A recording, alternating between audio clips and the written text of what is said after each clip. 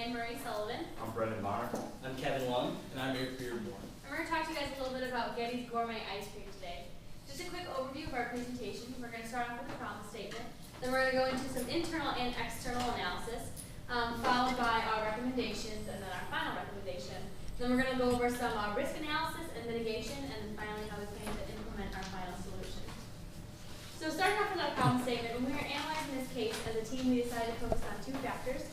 First was how to efficiently grow in a market where the seasonal demand is such a problem, and then also how to optimize our inventory. And we're going to do this by our smart growth model. So looking at some external analysis, there's a couple different factors that play a role into Getty. The first one is geographic. This has a lot to do with the climate. Climate in India is a lot like it is here in the Midwest, where it's really hot in the summers, but it does dip down and get cooler in the winters. So it definitely has an effect on some seasonal demand. Next, we're going to look at political, and the Indian government recently passed a foreign direct investment law, so that plays a factor into competition-wise. Also, socially, or economically, we're going to look at how India has been a growing market historically, and how they also have a strong social middle class. Socially, we're going to look how India has not had a huge historical impact on preferences for ice cream, but how that is growing and that the culture itself has preferred ice cream more. And then finally, technologically, looking at some capabilities and advancements in there. As far as the SWOT analysis, I'm just going to look at some key highlights here. The first one being a strength for Getty, mostly is the quality of the product. They really pride themselves on a high quality. And that has a lot to do with the way that their store locations and warehouses are set up. They're really in close proximity to one another so that they can transport the product efficiently while still maintaining that high quality. As far as weaknesses go, Getty's big problem is that they have all their products priced equally. So that means products with a higher demand are actually selling at a loss of profit, and that also affects their demand and their inventory levels as well. Looking to the future and opportunities, they really have a lot of ways that they can expand and grow.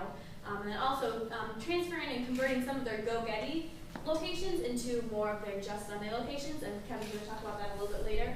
And then finally, for some threats, just a really emerging market in the ice cream market in India, and how new competition will arise and how that'll take effect.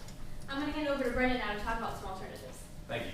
So we looked at a number of alternatives and compared them across 5 different criteria. And if you look on the right side, you'll see the 4 inventory systems that were shown in the case over the past year and applied. And then on the left is an approach that we thought would fit with this company. And we'll go in a little bit more about that approach. So we analyzed it across 5 different criteria. First, we looked at capital spending. Then we looked at service level, profitability, seasonally adjusted, inventory waste, and then finally, the alignment to our core competencies. And after doing an analysis about each of the alternatives, we thought that the smart growth model, which we'll go into a little bit, would be the best fit for this company. So our smart growth model has 3 main steps. First, we plan to upgrade our data systems so that we can process information better. Second, implement a Q system, or a continuous review inventory system, in our stores so that we can better plan and predict future demand. And then finally, expand geographically using the franchise model. So in terms of upgrading our data processing, that starts with implementing a transaction processing system at each of our retail locations. So that way we can know what kind of sales are being done, when they're being done, what the payment method is used, and we can use that information and share it with our manufacturing facilities.